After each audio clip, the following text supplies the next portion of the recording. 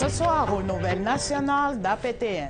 Manque de compréhension des enjeux, déconnexion de l'institution par rapport aux besoins. Femmes autochtones du Québec dit que la SPVM ne remplit pas ses obligations.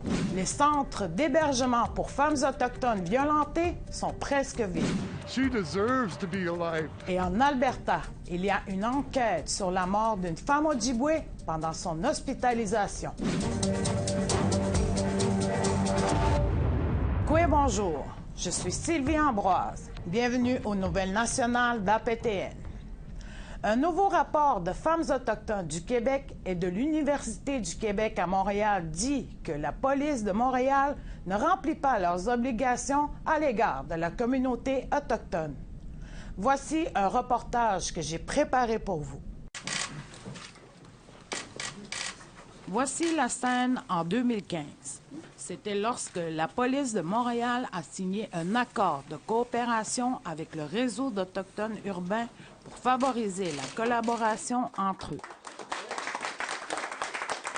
Mais, selon la présidente des Femmes autochtones du Québec, un nouveau rapport coproduit par son organisation montre qu'il y a une absence de mise en œuvre de la police de Montréal. Oui, il y a eu quand même un protocole qui s'est fait qui est peut-être pas inadéquat. Là où est-ce qu'on trouve problématique, c'est que parfois, le SPVM va se servir de ces genres de protocoles juste pour dire qu'ils ont fait quelque chose. Mais à l'interne, dans le quotidien, dans le journalier, c'est pas ce qu'on souhaite qui devrait se passer. La police a décliné la demande d'entrevue de APTN, mais a tout de même répondu par courriel ceci. Le rapport souligne des actions qui resteraient à parachever ou à faire. Les pistes de solutions nous apparaissent quant à elles légitimes. Toutefois, la SPVM pourrait informer davantage ses partenaires sur les différentes activités qu'ils mènent afin de démontrer que certains objectifs ont été parachevés. La police de Montréal ajoute qu'il existe des patrouilles mixtes. Des policiers sillonnent les rues accompagnés d'intervenants venant du Centre d'amitié autochtone de Montréal 2 fois par semaine durant 3 heures. Et le restant financement venant de la province, le Centre d'amitié va pouvoir doubler ses effectifs. La police pourra donc assurer une patrouille mixte à temps plein dès le 1er avril. Mais Michel souligne que la formation aux policiers n'est pas uniformisée. Et selon Michel, la nomination d'un seul agent de liaison ne suffit pas et que les Autochtones sont partout sur le territoire montréalais.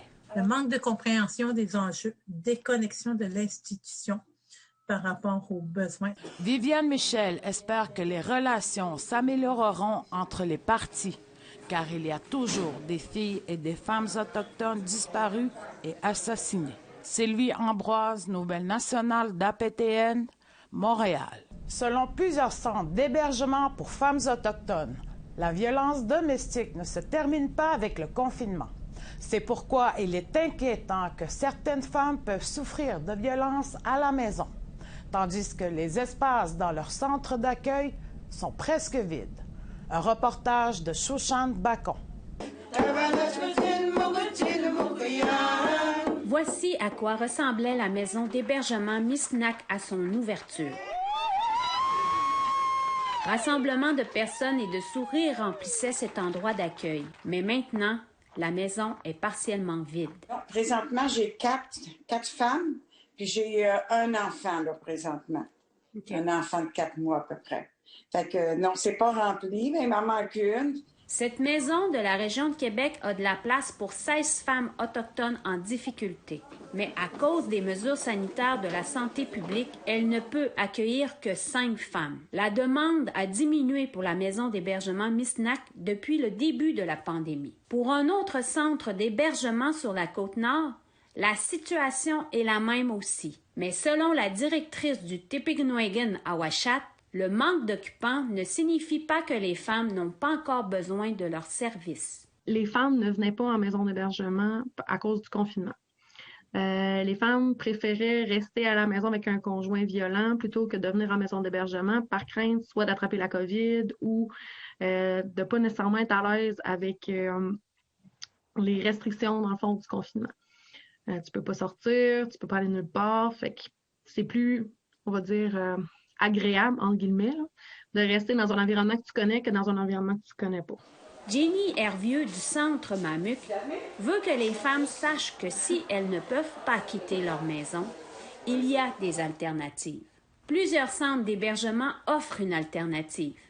De l'écoute en ligne 24/7. Notre job ne finit pas à 4 heures, nous autres. Surtout présentement, en temps de pandémie, quand on fait de l'anxiété, là, l'anxiété, elle n'arrête pas à 4 heures. Fait que des fois, elle commence à 4 heures. Fait que, puis elle est pire dans la nuit, en plus.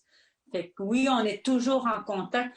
Puis en même temps, je pense que les gens sont beaucoup sur Facebook, sur Messenger. Si vous sentez le besoin de parler, vous pouvez communiquer au numéro affiché à l'écran. Chouchane Bacon, Nouvelle nationale d'APTN, Wendake, Québec. Aucune institution n'est à l'abri des cyberattaques, comme peuvent en témoigner le Conseil de la Nation Huron-Wendat. Le Conseil de la Nation Huron-Wendat a subi une infiltration informatique dans son système le 1er octobre. Une enquête de la Sûreté du Québec est toujours en cours. Selon le grand chef Rémi Vincent, les personnes touchées par cette attaque ont été contactées et ont reçu une protection de 3 ans sur leur crédit. Il ajoute qu'ils ont engagé une compagnie qui réalise de la veille de sécurité afin de s'assurer qu'il n'y a pas d'autre circulation de données prises par les cybercriminels. 50 de la sécurité d'un ordinateur, ça part de la personne qui le manœuvre. Il y a énormément de gens qui rouvrent des choses qu'ils ne devraient pas ouvrir. Puis, c'est un peu ça qui s'est passé là, dans notre cas. Mais la sensibilisation et la formation des employés, c'est quelque chose qui est extrêmement important pour n'importe quelle institution. Les funérailles de Raphaël André, l'homme Innu qui est mort à Montréal récemment, ont eu lieu la semaine dernière chez lui, à Matimicoche-Lac-John. Daniel André, père de Raphaël, a érigé une tente devant sa maison en l'honneur de son fils pour le temps de ses funérailles. Cette tente en toile blanche, tapissée de branches de conifères pour l'isolation du plancher, a toujours permis à la nation Innu de survivre à travers les hivers froids du Nord. Aux funérailles d'André, Réal McKenzie, chef de la communauté de Matimicoche-Lac-John, explique la symbolique de la tente. J'ai jamais entendu dans mon vivant que nos familles mouraient de froid. J'ai jamais entendu ça. On connaît des hivers dans le Nord. Et tous nos aînés avaient leur tente, leur poêle à bois, leur équipement de chasse, les raquettes. Il dit, dans ma pensée, il dit, est-ce que mon garçon, s'il avait eu au moins une tente avec lui, aurait pu sauver la vie? Au retour, Joyce Echaquan n'est pas la seule à avoir vécu un drame dans le système de santé. En Alberta, il y a une enquête sur la mort d'une femme Ojibwe pendant son hospitalisation. Restez là.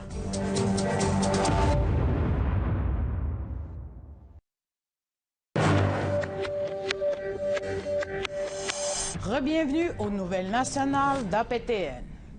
Une enquête sur la façon dont une femme Ojibwe est décédée alors qu'elle était prise en charge dans un hôpital de l'Alberta est en cours. Les membres de sa famille issus de la Première Nation de Sandy Bay remettent en question son traitement à l'hôpital. Un reportage de Tamara Pimentel. Avertissement. Le contenu de cet enregistrement peut heurter les sensibilités. Dans les heures précédant sa mort, Liliane Ashley, âgée de 40 ans, éprouve de la difficulté à respirer de son lit d'hôpital. Son mari, Corey Ashley, est à ses côtés. Il a tourné cette vidéo après avoir imploré les membres du personnel hospitalier de lui donner de l'oxygène. She wanted to live. She deserves to be alive. And this is what I have of my wife. Maintenant, alors qu'il recueille les cendres de sa femme à Calgary, à quelques 200 km de chez lui, Corey Ashley remet en cause son traitement à l'hôpital Hanna.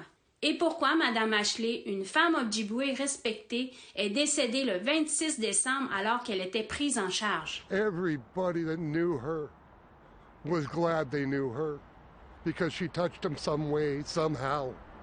2015, we lived in Kamloops, started making food, collecting clothes, and we were bringing them to the homeless. My wife gave to everybody. C'était le matin de Noël, le couple était chez eux à Hanna et M. Ashley a compris que quelque chose n'allait pas. I could see my wife's face was just beet red. She had sweat dripping down her face. I walked up, I put my hand on her head with the back, and she was burning up. And what's wrong? She goes, I can't breathe. She goes, it hurts, something's wrong. And I knew right then there was something. I dialed 911 instantly.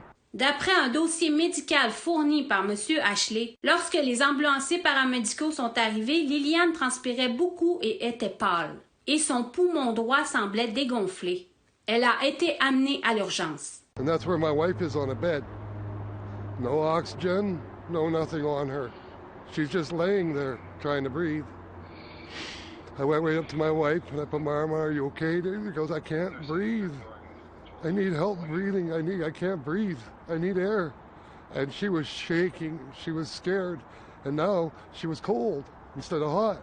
Nous avons fait un électrocardiogramme, une radiographie de ses poumons et un écouvillonnage pour la COVID-19, puis la radiographie ne montrait aucune anomalie et la question d'une infection à la COVID-19 était écartée. Monsieur Ashley dit qu'il a demandé à plusieurs reprises que son épouse reçoive de l'oxygène.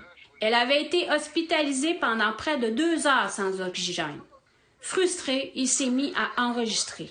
Dans cette vidéo, on peut entendre les infirmières dire à M. Ashley que les ordinateurs sont en panne et que des résultats de tests sont requis avant de pouvoir administrer tout autre traitement. On les entend aussi commenter sur l'utilisation par Mme Ashley de méthadone, un analgésique que lui avait prescrit son médecin de famille pour soigner une douleur à l'abdomen.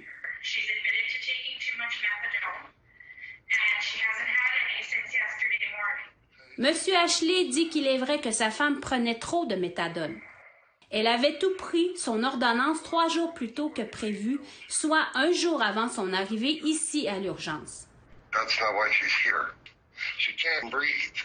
Le dossier médical montre qu'il n'y a aucune mention d'oxygène. Sous la section diagnostic, il est noté retrait de la méthadone et arrêt cardio-respiratoire. APTN a parlé avec un médecin qui n'a pas pu discuter de ce cas particulier. Mais il a été en mesure de nous fournir des renseignements généraux. Le médecin a affirmé que lorsqu'un patient arrive dans une salle d'urgence et présente de la difficulté à respirer, on fournit souvent de l'oxygène immédiatement. Le médecin a aussi dit que le fait de prendre des analgésiques comme la méthadone n'est pas une raison pour proscrire l'oxygène. All she could say was, I'm really scared, and it was so faint. I knew she wasn't doing well, and they wouldn't believe me. Après une confrontation avec le service de sécurité de l'hôpital, on a appelé la GRC et on a prié Corey Ashley de quitter les lieux. Le dossier médical montre qu'on avait donné de la gymnastique respiratoire à Mme Ashley. Du stationnement de l'hôpital, M. Ashley poursuivait son enregistrement. On entend un agent de la GRC qui transmet des renseignements du médecin de Mme Ashley.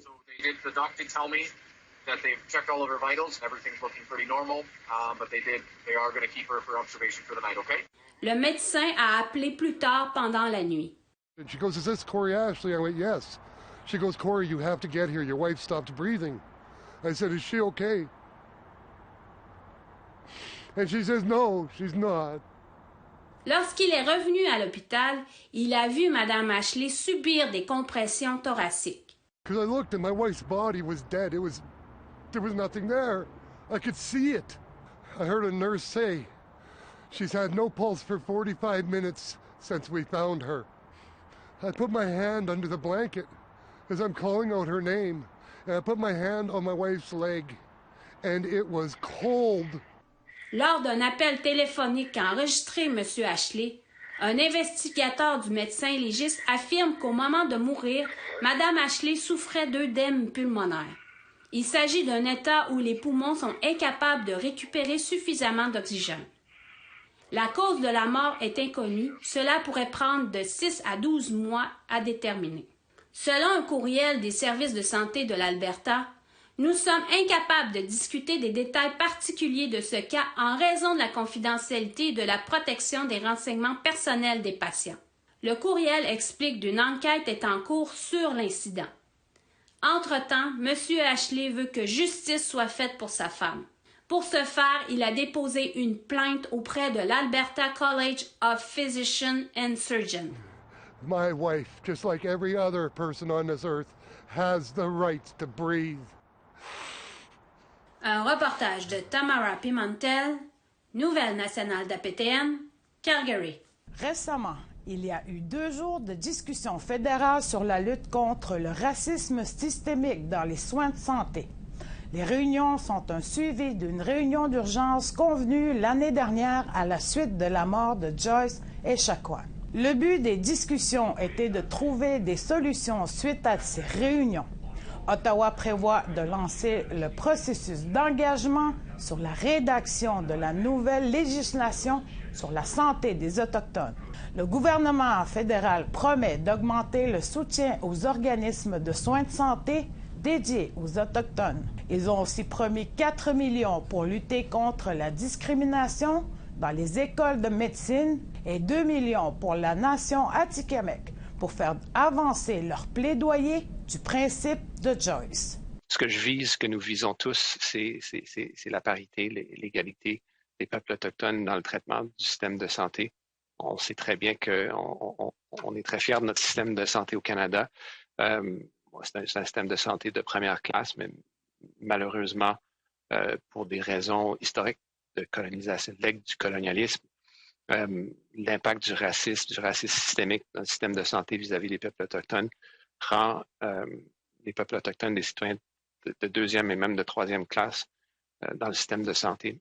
Après la pause, je vous présente un entretien avec Cora Tsiwi, le premier autochtone à la tête d'une société d'État.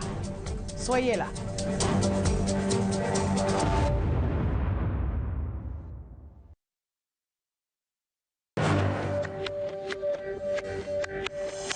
Bienvenue aux Nouvelles nationales d'APTN.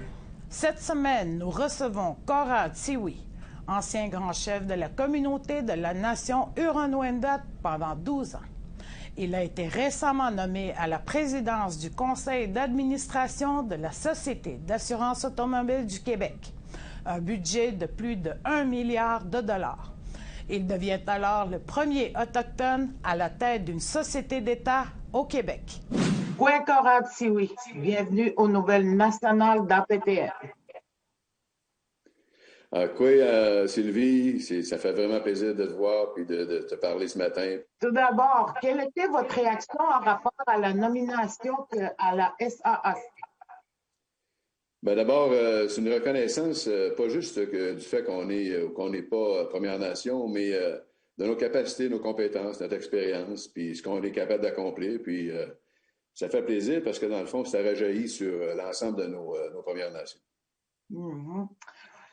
Justement, avec toutes les critiques au gouvernement en lien avec le racisme systémique et aussi les événements qui entourent l'actualité autochtone, pensez-vous que vous avez été choisi en fonction de votre autochtonicité? Non, vraiment pas. Ça serait trop triste de s'imaginer qu'à cause qu'on veut peut-être traiter des questions de fond, des questions de société, parce que ça existe partout, ben là, à ce moment-là, par exemple, on engagerait des gens, des femmes, des Noirs, des gens de couleur, des Premières Nations. Alors, il faut pas penser comme ça. Faut penser strictement à la qualité du service qu'on peut donner. On est extrêmement bien formés, capables. Qu'on nous donne juste une opportunité, puis on va la remplir avec succès. Expliquez-nous, c'est quoi votre rôle concrètement? Ben, c'est le président du conseil d'administration de personnes extrêmement bien formées, des économistes, des avocats, des actuaires, du monde de grandes compétences, des gestionnaires aussi, et s'assurer aussi que la SAC va être capable de répondre aussi à des événements pour l'avenir aussi. Donc, on sait qu'on conduit tous des automobiles, qu'on soit qui on voudra, on a besoin de ces véhicules-là. On a besoin aussi d'avoir une capacité de gestion impeccable. Il faut répondre aussi à des besoins extrêmement importants, surtout en temps de pandémie. Alors, c'est un beau mandat, c'est un mandat que j'accueille avec humilité, puis on va le remplir comme il faut. Puis on va répondre aussi souvent à des questions qui touchent peut-être de façon particulière des groupes cibles, comme justement les Premières Nations ou d'autres groupes cibles. Mm-hmm. Il y a aussi les jeunes, avec la vitesse et tout ça. Tu vas regarder tout le Québec. C'est ça qui est... Absolument. En équipe, parce que tu sais qu'il faut travailler en équipe. On a tellement de compétences. Et puis moi, je me sens à l'aise aussi. Puis en même temps, tout ça est entériné par le Conseil des ministres. Alors, le premier ministre, le ministre Bonnardel aussi, le ministre des Transports, et l'ensemble du Conseil des ministres, même la députation complète, je pense que ça nous a permis comme société de prendre conscience de la valeur aussi de l'apport que les citoyens des Premières Nations, les membres des Premières Nations peuvent apporter puis contribuer aussi au bien collectif. Comment avez-vous été nommé? C'est quoi l'histoire? C'est bien simple, c'est que j'ai fait 3 mandats comme grand chef, puis j'avais accepté de continuer pour un 4e mandat. Mais la population en a décidé autrement. Ça a été serré, mais j'accepte la décision. Et après ça, j'ai rempli comme tout le monde une lettre, puis avec mon curriculum vitae, puis j'ai envoyé ça au palais du gouvernement, puis à des personnes intéressées. Et j'ai reçu une réponse du bureau du ministère des Transports, et j'ai fait le processus normal comme tout le monde doit faire. Il n'y a pas de passe-droit dans ça. C'est un processus qui a fait qu'au bout de la ligne, on a pensé que j'étais capable de le faire, puis capable de remplir cette fonction-là. Puis je le crois vraiment aussi. Mm-hmm. Quelles seront vos orientations par rapport à la SAAQ? Les orientations, c'est d'abord, il y a un bilan annuel en avril qui s'en vient. Il faut préparer ça. Il faut répondre aussi à des questions plus pertinentes, des questions d'assurance, par exemple, dans le monde des Premières Nations, en milieu des réserves indiennes. Il y a des questions qui doivent être adressées, puis de façon particulière aussi. Il y a un contentieux juridique qui regarde ça, et on va adresser ces questions-là de façon pertinente pour être capable de répondre à tout le monde, et sans laisser personne en dehors. Souvent, comme Première Nation, on s'est senti souvent, ou moins souvent, mais en tout cas, isolé, puis tassé un petit peu, puis pas pris en compte suffisamment. Alors, ce côté-là, on va être sensible de ce côté-là pour être capable d'être considéré, tout le monde considérer tout le monde comme des égaux en droit et en responsabilité. Mm-hmm. Je vous souhaite un très bon succès dans vos nouvelles fonctions, Coram. Je commets une série. Yamé. C'est ce qui conclut le bulletin de nouvelles nationales d'APTN. Je suis Sylvie Ambroise. Merci beaucoup d'avoir été des nôtres. Prenez soin de vous et à la semaine prochaine. Yamé.